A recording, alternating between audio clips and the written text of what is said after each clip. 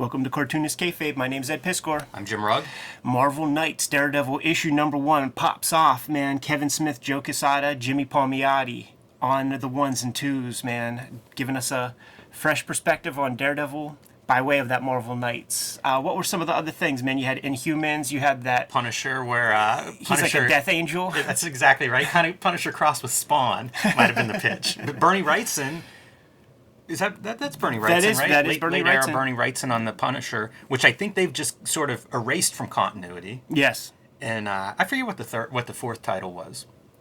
Yeah. But it was kind of like a mini run for Joe Quesada and company. I think he and Palmiotti. But I remember it was a big deal. Like I'm working at that point and reading basically all the comics websites I can find. Yeah. And this was Marvel still sort of climbing its way out of the doldrums of the 90s.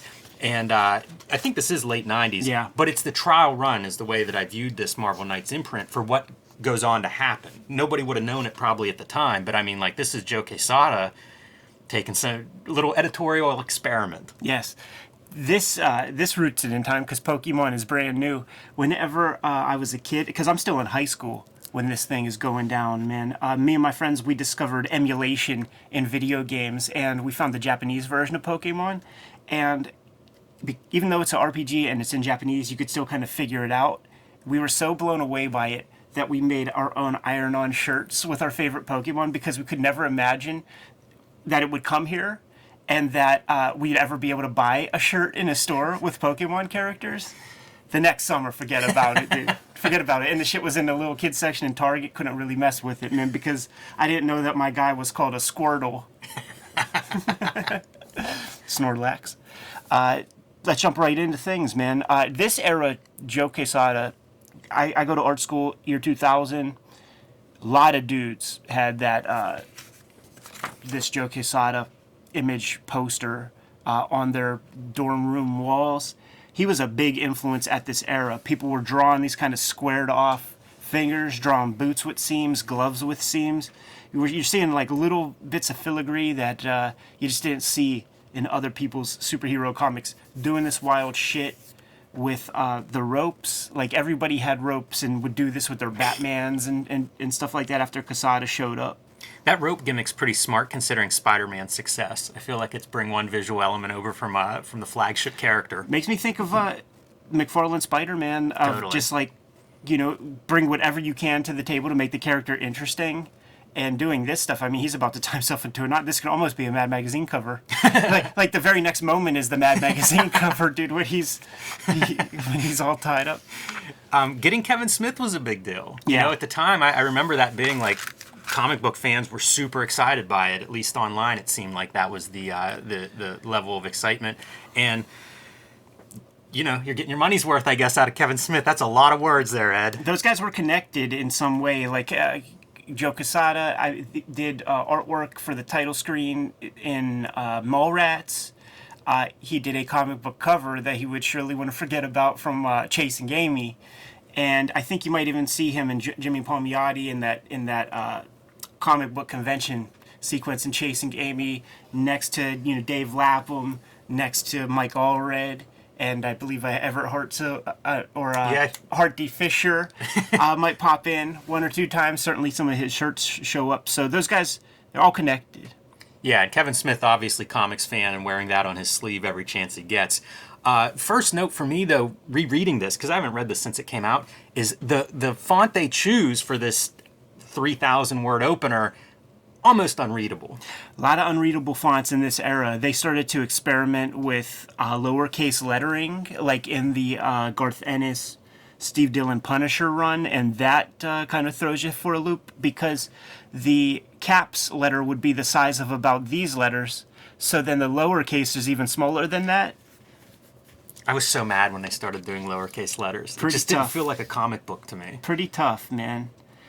So Kevin Smith trying to pack a lot of stuff in here, man. We got a sort of breakup letter in florid prose by Karen Page on one page. We have Immaculate Conception. I almost said reception because you know what Pittsburgh is, right? It's football season. We have that going on. There's fire or something. Ladies and gentlemen, Cartoonist Kayfabe is brought to you by two Eisner award-winning, New York Times best-selling comic book makers Jim Rugg, Ed Piskor, and the show is subsidized daily by the comic books that we sell. And the works that we have that are forthcoming in 2022. Jim Rugg in March has Hulk Grand Design Monster coming out March 30th. March 30th, man. These paper shortages are no joke. He's distilling down 500 issues worth of Hulk comics into their purest essence and making two 40-page one-shots that are going to take all the best bits of that history of Hulk, combining it into these individual issues, and it is a romp like no other. Got to get your hands on that thing. Goosed by a couple of variant covers for Monster. Got the Marcos Martin cover, you got the Peach Momoko cover, you got the Eddie P. by way of Todd McFarlane, Herb Trimpe cover. These are not retail incentive covers, which means you yourself can go to the comic shop, tell the comic shop owner that you want all four covers. You will have all four covers in your pool box the week that this comic comes out. Once again, those paper shortages, man, no joke. Red Room, The Antisocial Network is the comic that is on the stands right now, but this is just the 2021 season of Red Room Comics. It's a new year. 2022, we'll see Trigger Warnings, issue number 1, March 9th. This is the cover for the actual issue 1 that you will see on the stands. Not only are there paper shortages, there was a ransomware attack at the distribution house. So all the stores were not able to order these in the proper timely fashion. Might be kind of a rare comic. I'd like to see it sell out on day one. Goosed by some more variant covers. This is the Eddie P. retail incentive cover. Jim Rugg, King Kayfabe, has done a cover that is representative of Zap Comics 0 by way of Robert Crumb, and Peach Momoko comes in the clutch to provide a Mistress Pentagram cover to top that off. We have Patreons in the link tree below. We have links to get to our books in our link trees below. Now that we're done paying the bills, back to the video. Kevin Smith, famous Catholic, so gravitates toward the Catholic superhero. I always think about that with these memorable runs on Daredevil, and how like the religion of the creator plays into it. You know, John Romita Jr., great Daredevil artist. Frank Miller, another guy who is on that Catholic theme. And I always think like Daredevil is really grafted onto that. Yeah. Got our girl running with a baby, man. That's high stakes. You know, that's something that can get your juices flowing and get you nervous for this character. Getting chased by these VIPs. Yeah, it feels like they had a story conference and figured out like you do want to keep the essence of Daredevil with the church imagery, with this main storyline, and you're seeing a ton of it here in the opening as Matt Murdock is in confession whenever he hears the heartbeat of this girl running from a speeding car chasing her down. When you're doing comics, man, you don't want the drawings to get ahead of like the storytelling part of it. That does not look like a nice fella right there. I didn't realize that was Murdoch when I flipped to this page, and I'm like, oh, is this the guy who's killing babies? Right. Nah, it's just our boy Matt in the confessional. How many times have you seen this in a Daredevil comic? That's what I'm saying. You know, it could almost be a checklist of what you need in your Daredevil comic. This is playing the hits, man. You got to hear a frantic heartbeat out in the mix. You got to figure out how, this is the Stan Lee-ism right here, but it's told by way of Frank Miller storytelling, where you have two disparate scenes happening simultaneously. Lacks a little dynamics, to be honest, because he keeps the motif and then zooms out. It is interesting. This could almost be like a Bendis kind of talking head sequence where you have almost the same angles and everything running through a page. Right. Still that era of computer color, man, where a lot of modeling, a lot of stuff going on. Hey, Jimmy. What's the title of this comic? Yeah, this is it's an interesting look. Oh man, that's a lot of lettering. Guys are really trying to earn their paychecks, I suppose.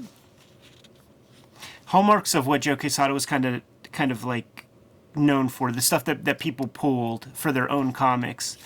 These kind of squared off fingers, like I said, the seams, actually starting to put wrinkles in the stuff, and drew some pretty cool Humberto Ramos type boots. That's exactly who I was thinking of. I would add like a Mike where Ringo. I see some of Ringo's style, which may have been lifting from this. This may have influenced him. Not saying which direction this stuff's flowing, but this is a look that I think you could find in different comics, probably for the next decade following this.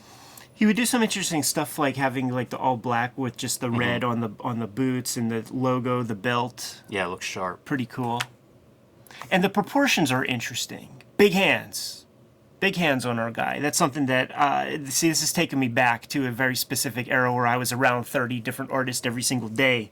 And one of the things that they liked from Quesada was these kind of like extra big hands. I wonder if that comes from Miller around that time, because Quesada's talked about Miller being a big influence, and I mean, some of these hands really remind me of some of that kind of late Sin City era Miller. Always fun watching Marv take a pill bottle apart when it's this big in his hand. All right, so the VIPs are stopped at the very least. Oh man, I got this for Christmas one year. Good game. Then you got to have the attorney at law sequence. Braille freaking speed dial. Am about that shit, Jimmy? That's thorough. Yeah, he talks about having to pretend to be blind at one point in this. Man, I am like struck by the word count on these pages. So it's Kevin Smith, man. Not quite Aaron Sorkin, but he has his approach. Not quite Tarantino when it comes to the dialogue, but he has his approach, and it usually is beyond monosyllabic. See the bad guys that are chasing down, trying to get that baby, and failing. The aftermath of their car accident there on their foreheads. For sure, and this is how they get dispatched, man. They're going ISIS with that shit. I was reading this and thinking like of the impractical part of filling an elevator near the top of the building with water. It seems like a lot of work. Yeah, but it's going to get the rest of your boys in line. They're going to try not to fail if you go so theatrical with dispatching your homies. This is so funny. I was also pretty good at yo-yos at that They era. also introduced kind of the bad guy, Heavy, Mr. Gabriel. This is like your wrestling vignette to introduce him. That's how he dispatches these guys. And Gabriel, very on the nose, religious name. Very on the nose. Look at that, man. I've done that pose in yoga. I bet you this page looks amazing in black and white. Mm-hmm. This is like the perfect point size for comic book lettering, by the way. That's a good font size to me. And this would be the inner dialogue of Matt Murdock. This is that era they're playing with all the different fonts for the different points of view. It's funny, I was reading this, and now and then there'll be like an action sequence or something, and you're reading all of the narration and thinking of like, it took me 14 seconds to read this panel, Meanwhile, it's like a very quick sequence, and by the time you get done, you spent 5 minutes on him like just knocking out this rapist.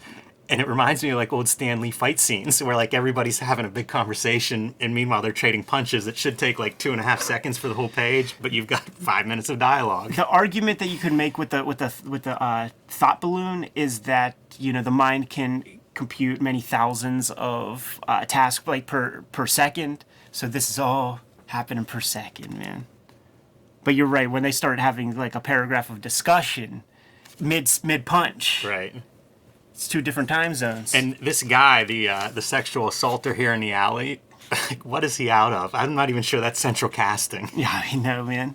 That's what happens with a bunch of cartoonists who just stick around indoors drawing comics all day.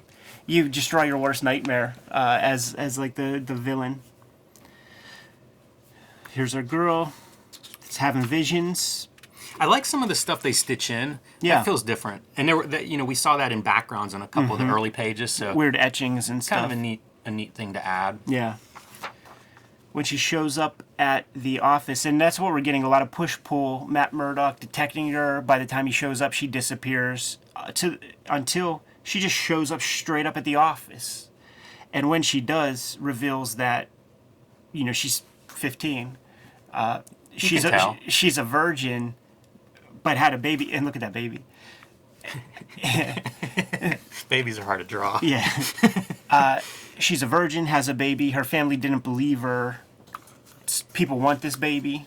I love to criticize brown pages. A lot of brown on that spread. That's goddamn right, man. It's weird era of computer coloring, man. And just having those highlights on everything.